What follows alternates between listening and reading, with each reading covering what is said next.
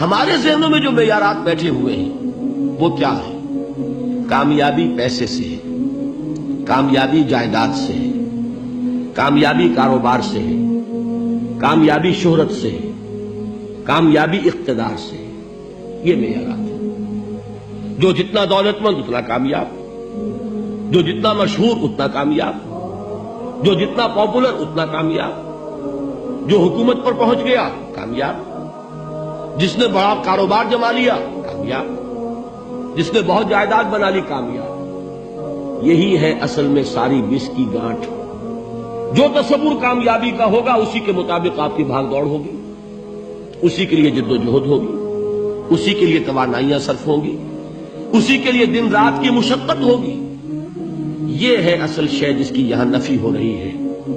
کامیابی دولت سے نہیں، کامیابی شہرت سے نہیں، کامیابی اقتدار اور طاقت اور حکومت سے نہیں، بلکہ کامیابی ہے ایمان سے، عمل صالح سے، تواصی بالحق سے، تواصی بالصبر سے. آپ غور کیجئے اس نقطہ نظر کا، اس ایٹیچیوڈ کا، یہ جو مینٹل ایٹیچیوڈ ہے، اس کا بدل جانا ہی انسانی شخصیت کے اندر انقلاب برپا کرے گا. اب آپ کا نتیجہ کیا نکلا؟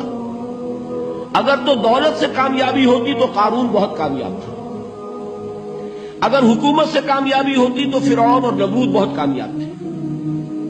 کامیابی ان سے نہیں ہے. کامیابی انسان دولت میں قارون کی دولت تک پہنچ جائے اور دنیا میں دبدبہ اور اقتدار اور سلطنت اور حکومت کے اعتبار سے وہ نمرود اور فرعون کا مقام حاصل کر لے، وہ ناکام ہے، خائب ہے، خاسر ہے، برباد ہے.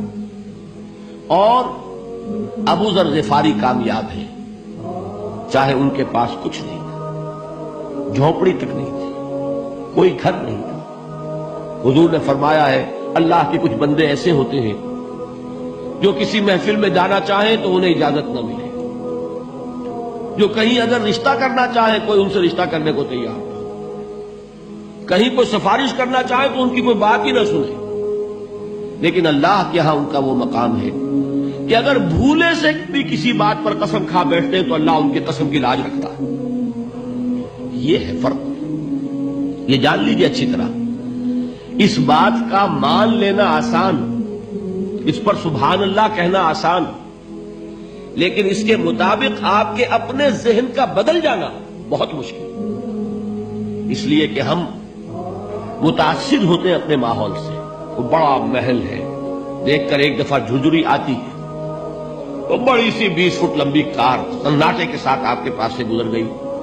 ایک دفعہ اعصاب کے اندر ارتعاش ہوتا ہے، محسوس ہوتا ہے بڑے یہ نصیبے والے لوگ ہیں، بڑے خوش نصیب، بڑے کامیاب.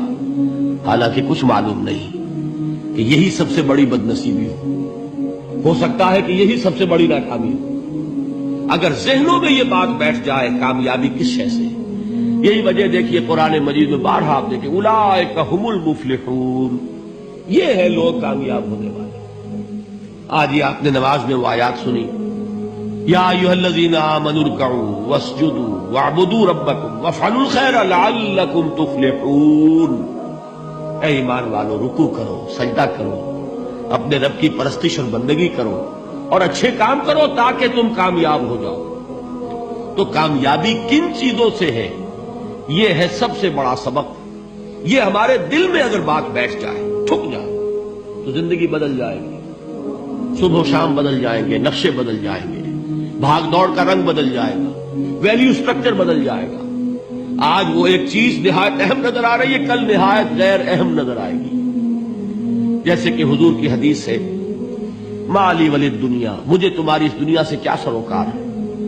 انما مثلی کراکب استظل تحت شجرۃ ثم راح فترکھا، میری مثال تو اس سوار کی سی ہے جو تھوڑی دیر کے لیے ایک درخت کے سائے میں ٹھہرتا ہے سستانے کے لیے، پھر وہ اپنا راستہ لیتا ہے. اسے اس درخت سے مستقل تعلق اس کا نہیں ہے، وہ اس کا گھر نہیں، وہ اس کی منزل نہیں. اسی طرح یہ دنیا میرا گھر نہیں ہے.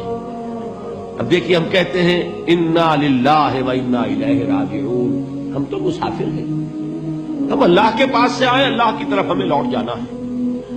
کن فی الدنیا کانک غریب و عابر سبیل، حضور فرماتے ہیں دنیا میں ایسے رہو جیسے کہ تم اجنبی ہو یا راہ چلتے مسافر. لیکن یہ طرز عمل کب ہوگا؟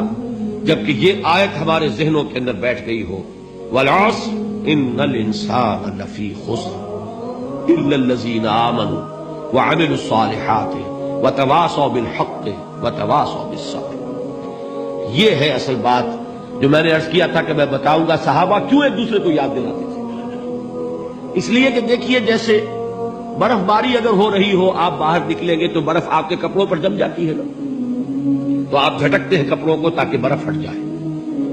ہمارے ایمان پر اس دنیا میں رہتے ہوئے جب ہم متاثر ہوتے ہیں ماحول سے تو گردہ آ جاتا ہے، برف پڑ جاتی ہے، اس کو جھٹکتے رہنے کی ضرورت ہے۔ اور وہ جھٹکنے کی بہترین اور مؤثر ترین شکل یہی ہے کہ یاد رکھو کامیابی ان چیزوں سے نہیں ہے۔ چمک دمک جو ہے دنیا کی، یہ ساری چمک دمک جو تمہیں رجھا رہی ہے، جو تمہیں اپنے اندر گم کیے ہوئے، یہ لفظ گم پر اقبال کا وہ شعر یاد آ گیا کہ کافر کی یہ پہچان کے آفاق میں گم ہے، اور مومن کی یہ پہچان کے گم اس میں ہے آفاق۔ تم گم نہ ہو کر رہ جاؤ، اس میں مبہوت نہ ہو کر رہ جاؤ، مرعوب نہ ہو کر رہ جاؤ، دنیا ہی کی محبت تمہارے اوپر ڈیرے نہ ڈال دے، تمہارے دلوں کے اوپر مسلط نہ ہو جائے۔ لہذا تازہ کرتے رہا کرو، والعصر ان الانسان لفی خسر الا الذین آمنوا وعملوا الصالحات وتواصوا بالحق وتواصوا بالصبر۔ پھر یاد کر لو، پھر تازہ کر لو اپنے اس یقین کو کہ کامیابی دولت سے نہیں، کامیابی ثروت سے نہیں، کامیابی اقتدار سے نہیں، کامیابی شہرت سے نہیں، کامیابی جائیداد سے نہیں، کامیابی ہے ایمان سے، کامیابی ہے عمل صالح سے، کامیابی ہے تواصی بالحق سے، کامیابی ہے تواصی بالصبر سے۔ یہ چار چیزیں ہیں کہ جو کامیابی کے لوازم